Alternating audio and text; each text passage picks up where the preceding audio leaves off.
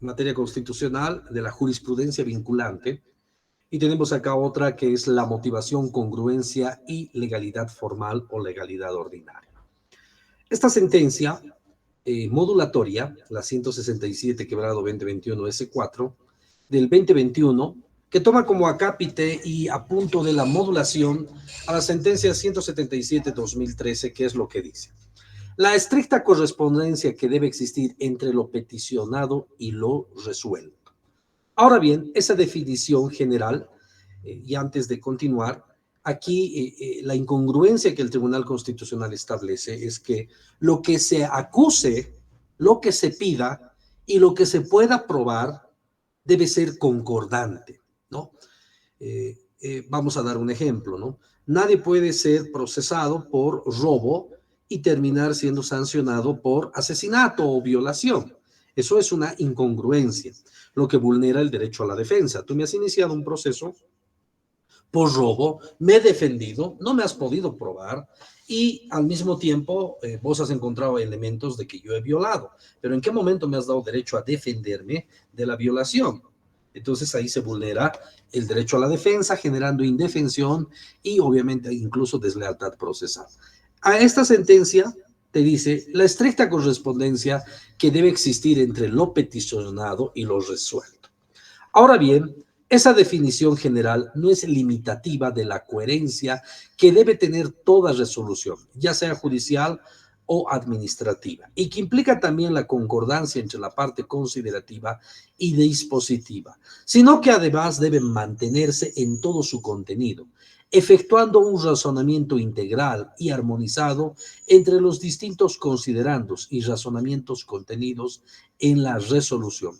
La concordancia de contenido de la resolución y su estricta correspondencia entre lo pedido, lo considerado y lo resuelto. Conlleva, a su vez, a la cita de las disposiciones legales que apoyan este razonamiento, que lleva a la determinación que se asume. En base a esas consideraciones es que quien administra justicia emitirá fallos motivados, congruentes y pertinentes, ¿no? Debemos recordar que la administración de justicia en Bolivia es plurinacional, o sea, hay un pluralismo jurídico. Tenemos la justicia ordinaria, tenemos la justicia comunitaria, tenemos la justicia administrativa y tenemos la justicia constitucional. Por eso hablamos de una pluralidad de justicia. Entonces, cuando la autoridad, ya sea administrativa o sea judicial, va a emitir una resolución, esta debe ser congruente entre lo solicitado, lo probado y finalmente lo sancionado. El principio de congruencia responde a la pretensión jurídica o a la expresión de agravios formulados por las partes. ¿Qué es un agravio? Es lo que la parte afectada en un recurso de apelación, casación, recurso de revocatoria o jerárquico ha observado. Entonces, esa es la respuesta. Y cuando la observación es incongruencia, pues se le debe explicar razonablemente por qué no es incongruencia. Y si se encuentra congruencia, la misma autoridad debe eliminar de la resolución o debe anularla. El principio de congruencia responde a la pretensión jurídica o a la expresión de agravios formulados por las partes. La falta de relación entre lo solicitado y lo resuelto contradice el principio procesal de congruencia. La resolución de primera, segunda instancia, revocatoria, jerárquico, apelación debe responder a la petición de las partes y de la expresión de agravios, constituyendo la pretensión jurídica de primera y o segunda instancia. Vamos a cambiar de diapositiva.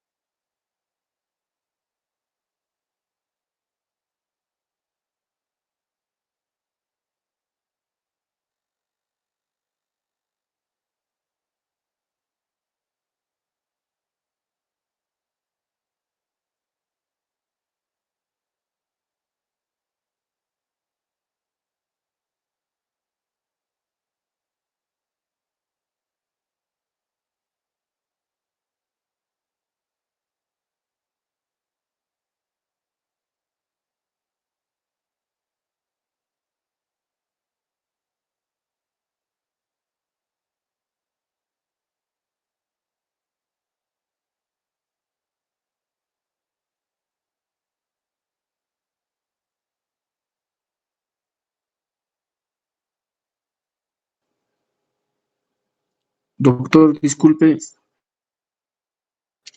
no se le oye, doctor. Sí, estaba apagado el micrófono. Gracias, Sergio, o Jorge, perdón. Bien, ya hemos entendido muy claramente de que las sentencias constitucionales son vinculantes. Lo que vale de la sentencia constitucional es el fundamento del fallo. Yo sé que pueden haber varios razonamientos y habría que explicar ampliamente qué es una sentencia fundadora, motivadora, modulatoria, incluso hay sentencias permisivas, etcétera, pero ese es entrar en profundidad en derecho constitucional. Pero estamos dando una explicación lógica para entender finalmente cómo los abogados o las mismas autoridades judiciales o administrativas tienen la capacidad de entender la jurisprudencia y en muchos fallos apartarse de esta o incluso apartarse de la aplicación taxativa y textual de la ley, ¿no? Hace un tiempo atrás, un colega abogado me decía, las nulidades deben estar expresamente establecidas en la ley. No, no necesariamente. Tras una debida fundamentación y argumentación, aquello que no está escrito en la ley y que no está prohibido, podría entenderse como prohibido. El día jueves, cuando hablemos sobre el tema notarial, vamos a ver cómo hay muchas faltas que no están determinadas para los notarios, pero sin embargo se los sanciona. No, pero doctor, creo que eso es ir contra la tipicidad. Sí, pero cuando hay argumentación jurídica, en materia disciplinaria administrativa, no estoy hablando de derecho penal, que en esa parte tiene una condición sine qua non, es permisible y es posible que se aplique con la debida fundamentación y se subsuma una falta que no está en la ley. ¿Por qué? Porque al final los hechos y las condiciones de la inseguridad jurídica en el servicio notarial así lo condicen. Y vamos a ver jurisprudencia que claramente lo establece, pero eso el día jueves. Bien, ¿qué es la argumentación jurídica en materia constitucional? En la defensa de derechos, garantías constitucionales. La argumentación jurídica va a permitir, en muchos casos, usar principios y valores apartándose de la legalidad en parte, de tal forma que el estándar más alto, como por ejemplo la vida, la integridad física, se superponga. Les voy a dar un ejemplo. Salió una sentencia constitucional en el año 2012 que decía que los servidores públicos, o bueno, el personal a contrato, el personal eventual de las entidades públicas, tenía condiciones de inamovilidad en caso de embarazo, que era un derecho exclusivo para los servidores públicos de planta o los que tienen ítem, ¿no? El 2012 salió una sentencia en ese sentido. En el 2017, esa era una sentencia fundadora, por cierto.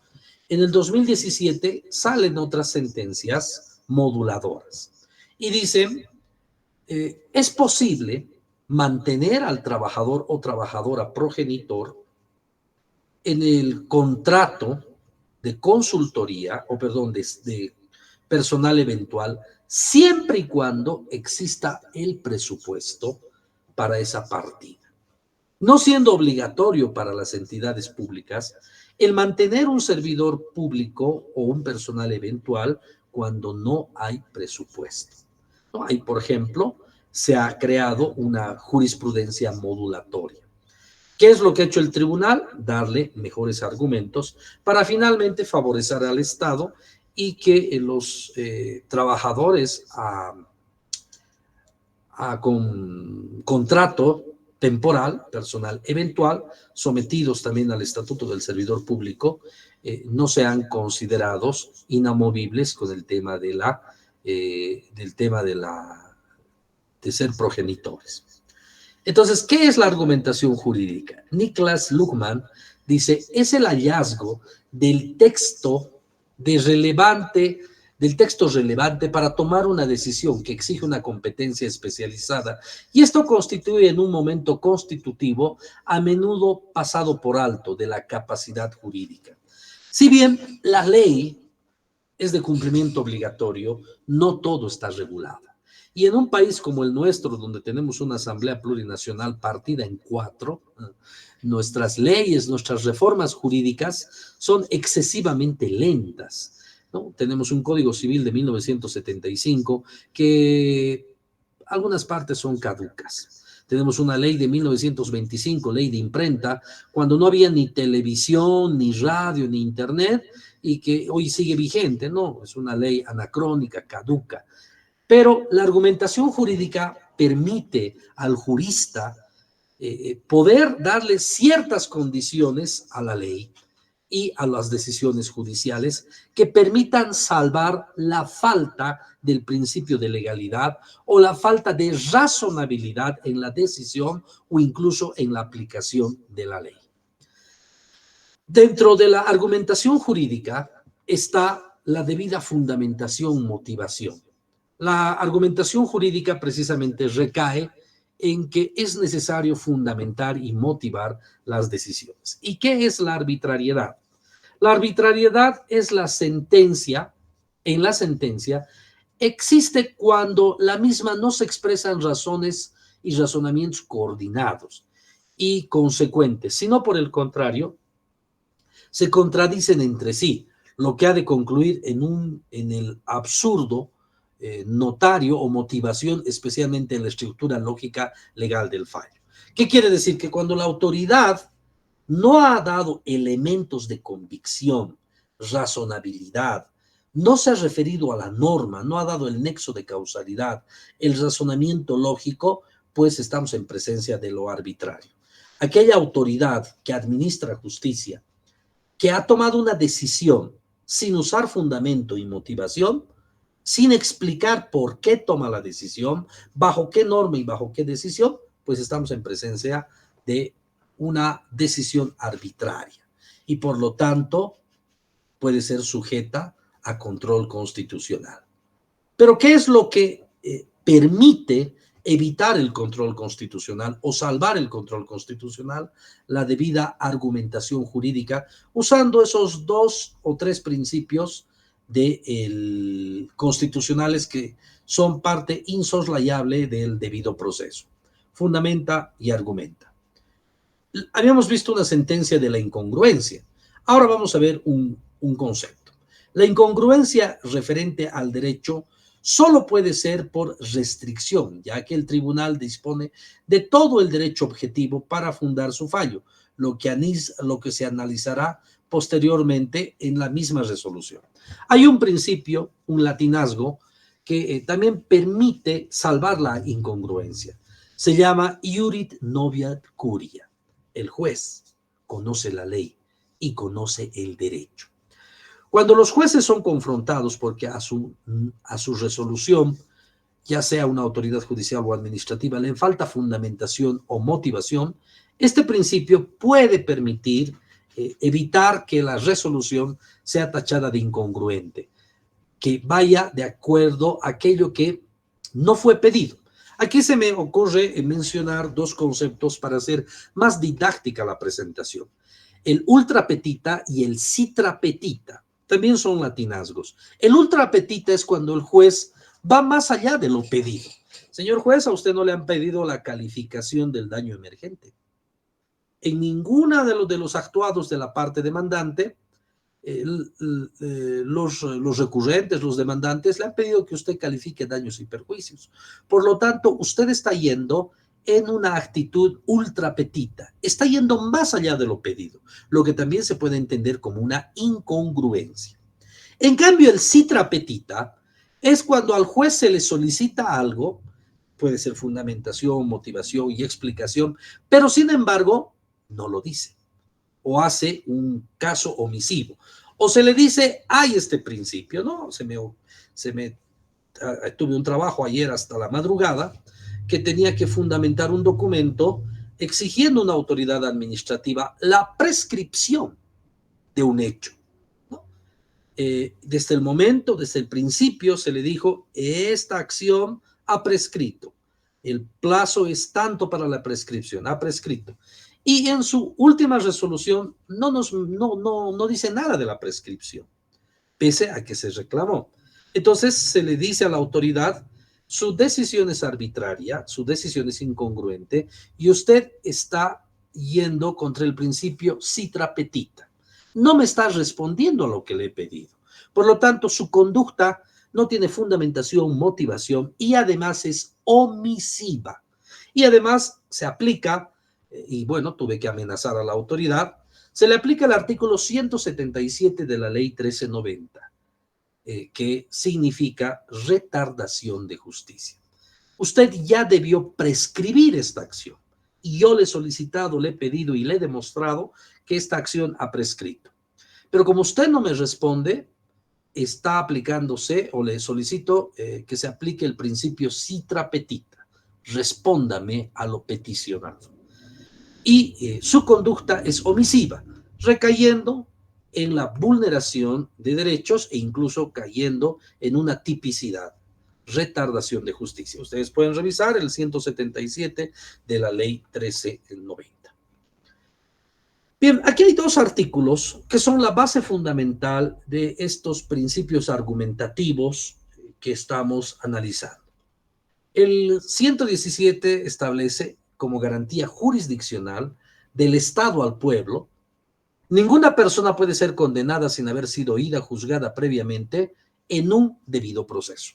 Y el debido proceso tiene sus lineamientos: fundamentación, motivación, valoración de la prueba, razonabilidad, incongruencia.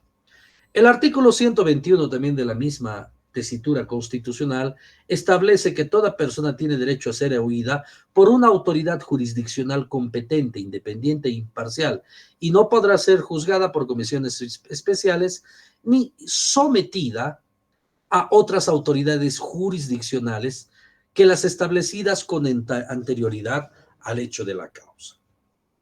El artículo 97, por ejemplo, y voy a permitirme adelantarme un poco para explicar este concepto, de la ley del notariado, dice que los notarios son responsables disciplinariamente cuando en el ejercicio notarial incurran en faltas previstas por la presente ley.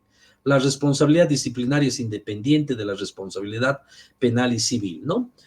Se me planteó hace unos años atrás, en un amparo, cuando yo estaba en servicio en una institución pública, de que no podía haber proceso civil, proceso penal y proceso administrativo en base al artículo 28 de la ley 1178.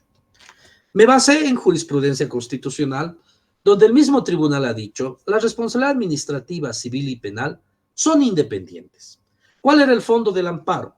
Me estaban acusando de triple sanción o triple procesamiento. Nadie puede ser procesado más o dos veces por lo mismo.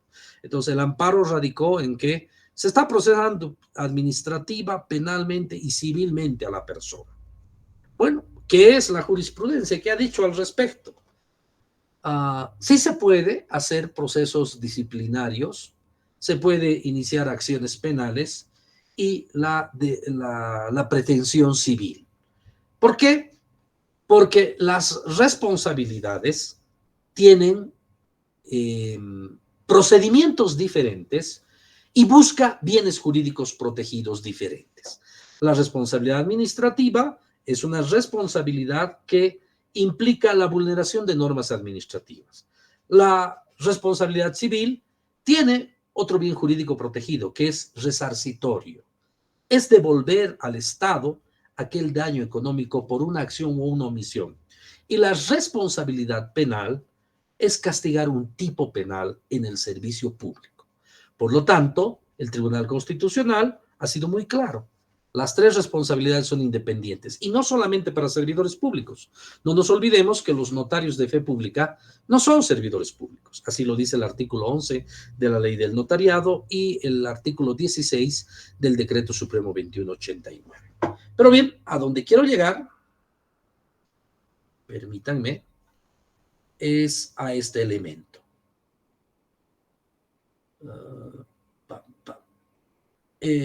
Los regímenes disciplinarios. Esta sentencia constitucional que les adelanté hace una hora atrás establece que en materia penal es similar al derecho administrativo. En el ejercicio del ius puniendi, ¿Qué es el ius puniendi? El derecho a castigar del Estado. Y el Estado castiga de dos formas, penal y administrativamente. Esta sentencia constitucional 206, quebrado 2018, S2, ha establecido que en materia penal y administrativa sancionadora se diferencia por la autoridad que pone la sanción, el cual no tiene un carácter limitativo ni absoluto, sino se caracteriza por ser una potestad reglada, quiere decir normada. Lo que implica la sujeción al principio de legalidad, recordando ese aforismo, nulla poena sine lege y nulla poena sine juditio. Ningún delito, ninguna pena sin ley previa. Vale decir que el delito y la pena debe estar determinado por una ley previa. Acá esta sentencia constitucional, que debe estar en nuestro léxico jurídico, nos permite entender que cuando hay el derecho a la defensa, ya sea en vía administrativa o en vía penal, lo único que cambia es la autoridad que va a dar la decisión, ya sea la pena o la sanción. Quiere decir que todos aquellos principios que hemos estudiado en el derecho penal, aquellas escuelas que nos han dado algunas luces, como por ejemplo la tipicidad, la taxatividad, la lealtad procesal, valen en el derecho administrativo. ¿De dónde ha salido esta interpretación? Pues esto es el fundamento del fallo de esta sentencia constitucional. Continuemos.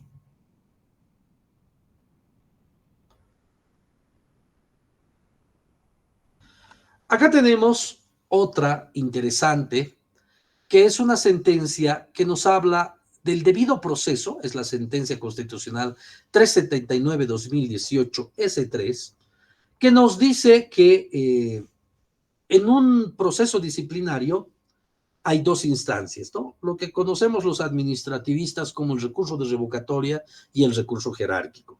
En materia notarial se llama resolución de primera instancia y resolución de segunda instancia, ¿cierto? Pero sin embargo, acá dice, en caso de analizar la autoridad al haber declarado probada una presunta denuncia por falta leve, el artículo 104, por ejemplo, de esta ley, establece de que no hay recurso ulterior.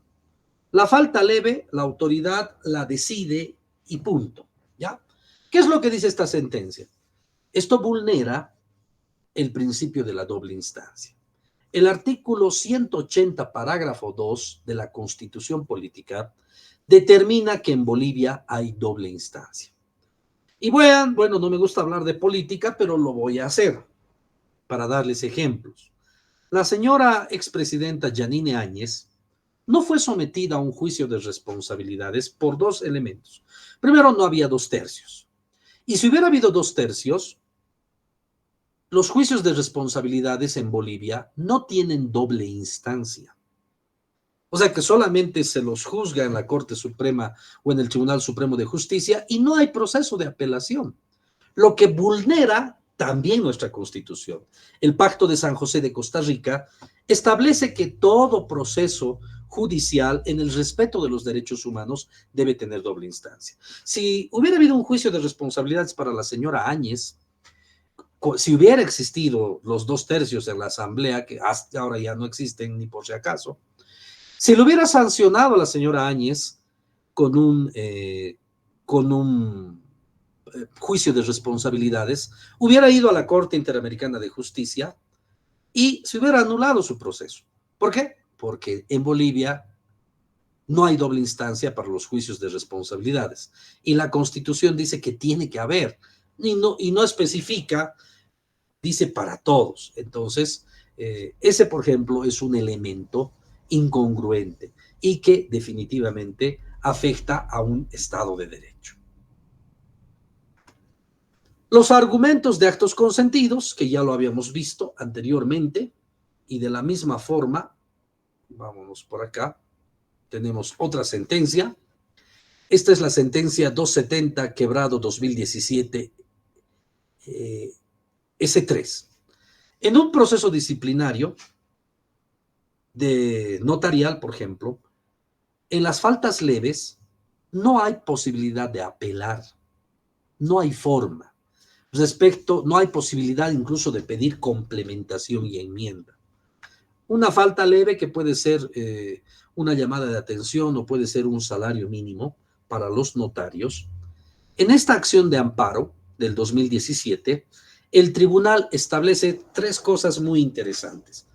Por ejemplo, dice, cuando el accionante vía acción de amparo constitucional denuncia la arbitrariedad y la excesiva discrecionalidad en la aplicación de la ley del notariado respecto a la solicitud de aclaración y enmienda y complementación, aspectos formales de la resolución final de primera instancia, ante el vacío legal, ¿no? Porque la norma no dice, ante el vacío legal, la jurisdicción constitucional no puede soslayar de analizar y resolver el caso. En consecuencia, sobre el tema corresponde aplicar la regulación de solicitud de aclaración y enmienda. ¿Qué está haciendo aquí el tribunal? Señores, colegas, está legislando, está creando norma.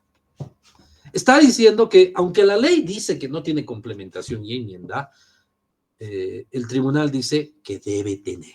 Y lo termina así, legislando. Miren esto. En consecuencia, sobre el tema correspondiente, debe aplicar la regulación de solicitud de aclaración y enmienda y como implementación establecida para la resolución sumarial, prevista en el artículo 112, en concordancia al artículo 36 del reglamento de la Ley de Procedimiento Administrativo, bajo el criterio de supletoriedad. En procesos disciplinarios para servidores públicos, por ejemplo, la complementación y enmienda es un derecho. Y aquí el tribunal dice, en este proceso notarial no hay complementación y enmienda. Pero el tribunal va más allá y legisla. Hace una legislación constitucional y dice, tiene el derecho a que se le explique, por lo menos con un recurso de complementación y enmienda. Y como no está en la ley, debe aplicarse supletoriamente la ley de procedimiento administrativo, en este artículo y en este otro artículo.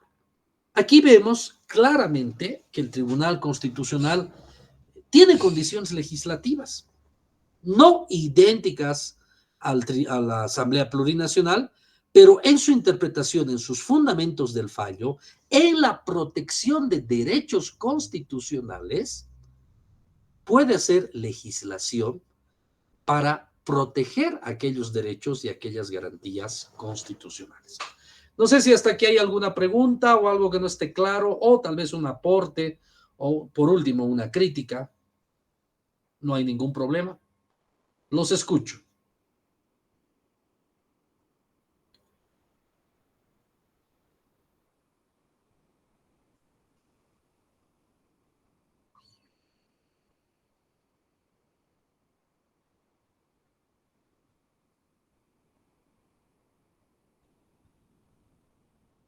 Bien, creo que está todo claro. Espero que esté todo claro, compañeros. A ver, vamos a ver un par de sentencias constitucionales que nos va a abrir luces sobre qué es la verdad, ¿no? Qué complicado es saber qué es verdad y qué es mentira, ¿no? Estoy alistando una sentencia que nos va a permitir establecer qué es verdad.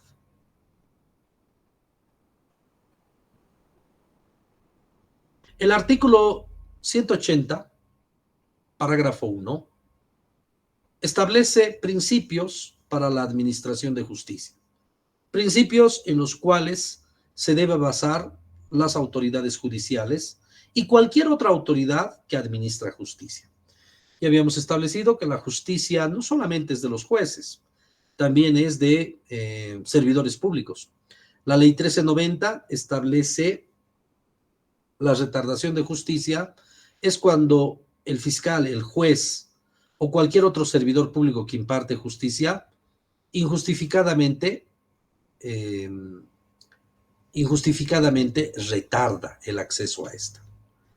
Ahora bien, aquí tenemos una sentencia constitucional y se las voy a decir. Es la sentencia constitucional 144, quebrado 2012, que nos habla sobre el principio de verdad material, fundamento del fallo. ¿Qué es la verdad material? Con relación al principio de la verdad material establecido, la estructura del sistema de administración de justicia boliviana no puede concebirse como un fin en sí mismo, sino como un medio para obtener el logro y la realización de los valores constitucionales. Por otra parte, impele a reconocer la prevalencia del derecho sustantivo sobre el adjetivo. A ver, ¿qué quiere decir esto? Les voy a dar un ejemplo. Resulta de que de una forma chicanera, grosera y hasta corrupta, se le inicia un divorcio a una señora. El esposo sigue viviendo con la señora. Su móvil para divorciarse es separarse sin que ella haga escándalo.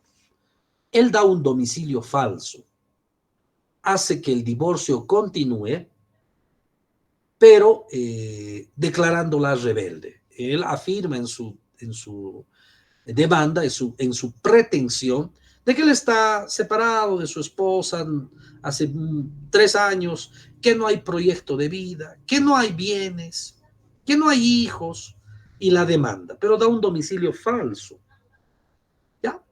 El proceso continúa, se entabla la relación procesal en rebeldía, se le pone un abogado de oficio, etcétera, y finalmente el proceso está concluyendo o ya ha concluido en rebeldía, dándole toda la razón al demandante, divorciándose el demandante, en pocas palabras, pero el Tribunal Constitucional dice que lo importante es la verdad material, donde el derecho sustantivo está por encima del adjetivo. ¿Qué quiere decir? Que aquello que es sustancia y que es verdad está por encima del procedimiento. Esta persona logra divorciarse, ¿ya? Falseando la verdad y cumpliendo el procedimiento familiar, ley 603, cumple, ¿ya? Pero esta sentencia constitucional permite revocar. ¿Por qué? Porque al final los jueces deben evaluar la verdad material. En la acción de amparo constitucional se le demuestra que el juez ha sido omisivo. Él y también el abogado de oficio no pidieron el último domicilio conocido. No aplicaron ese principio. Finalmente, se le demuestra en la acción de amparo constitucional de que la señora seguía viviendo con él, porque se le presentó documentación donde los dos firmaban. Se le presentó declaraciones voluntarias notarial, donde 3 testigos establecieron y dijeron, sí, los señores siguen viviendo, yo soy su inquilino, yo soy su vecino del frente, yo siempre los veo juntos.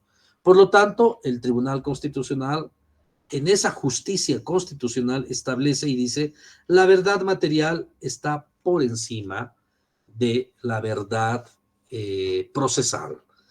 Y acá, en esta parte de la sentencia, te dice claramente, el derecho sustantivo debe reconocerse por encima del derecho procesal o adjetivo, o sobre las formas procesales que a su vez en el marco del caso analizado obliga a los administradores de justicia, entre otros, a procurar la resolución del fondo de la problemática sometida a su jurisdicción y competencia, dejando de lado toda nulidad deducida de formalismos o ritualismos procesales.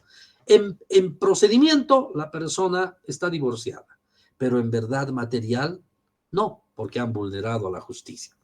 Que impidan alcanzar un orden social justo en un tiempo razonable. Esta sentencia, por ejemplo, es un tema de familia que es aplicable a materia penal, a materia laboral, a materia disciplinaria. Sobre la justicia, y aquí hay otra sentencia, sobre la justicia material frente a la formal. ¿Cómo la justicia material?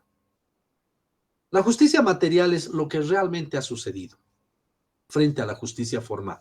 Me hace recuerdo al caso del médico Jerry Rivera, que hace unos años atrás se le acusó de haber violado a un bebé, ¿no? Que finalmente llegaron ya a una sentencia, pero por la confesión de un administrador de justicia que dijo entre algunas copitas que en verdad necesitaban, que había presión social y que necesitaban encontrar un culpable, Ese fue un principio de verdad material que está por encima de aquel procedimiento y, como dice el Tribunal Constitucional, formalismo, ritualismo procesal. El principio, leo la sentencia 2769-2010R, dice: el principio de prevalencia de las normas sustantivas implica un verdadero cambio de paradigma con el derecho constitucional y ordinario anterior. Antes se consideraba el procedimiento como un fin en sí mismo. Quería decir que si tú cumplías el procedimiento, sea mentira, para la ley y para el derecho, era verdad. Desvinculando de su nexo con las normas sustanciales, en cambio, el nuevo derecho constitucional de garantías del derecho procesal se vincula imprescindiblemente a la efectividad del derecho sustancial. Y puesto que no se trata de agotar ritualismos vacíos de contenido o realizar las normas de derecho sustancial, de cualquier manera, lo que persigue el principio de prevalencia del derecho sustancial en el reconocimiento de las finalidades superiores de la justicia no puede resultar sacrificadas por razones consistentes en el culto ciego a reglas procesales. O sea, si le has engañado al juez con la notificación o incluso con la prueba, no puede ser un culto ciego a las reglas procesales o consideradas de forma, que no son estrictamente indispensables para resolver el fondo de los casos que se someten a competencia del juez. Y usan un autor, Bernal Pulido Carlos, el derecho de los derechos universales, Colombia. La Corte Constitucional de Colombia, en una sentencia constitucional, afirmó que las disposiciones que integran el ordenamiento jurídico en lo que atañe a los trámites y a los procedimientos están puestas al servicio del propósito estatal de realizar materialmente los supremos valores del derecho y no a la inversa, o en otros términos, de formas procesales, no se justifica en sí mismo, sino en razón del contenido sustancial a lo que pretende el administrador de justicia. ¿Qué es verdad? Lo que se pueda demostrar, aunque se cumpla el procedimiento. A eso se refiere la verdad material. ¿Ya? Bien, 21:17. No sé si hay realmente alguna pregunta, alguna inquietud. Puedo pasarles yo algunas líneas jurisprudenciales, lo podemos hacer mañana, para que, bueno, ustedes ya tengan una base, ¿no? Vámonos, sí, a ver algún cuestionamiento. No sé, Néstor, si estás ahí, podemos modular si hay alguna pregunta de los participantes. Doctores, ¿alguna consulta?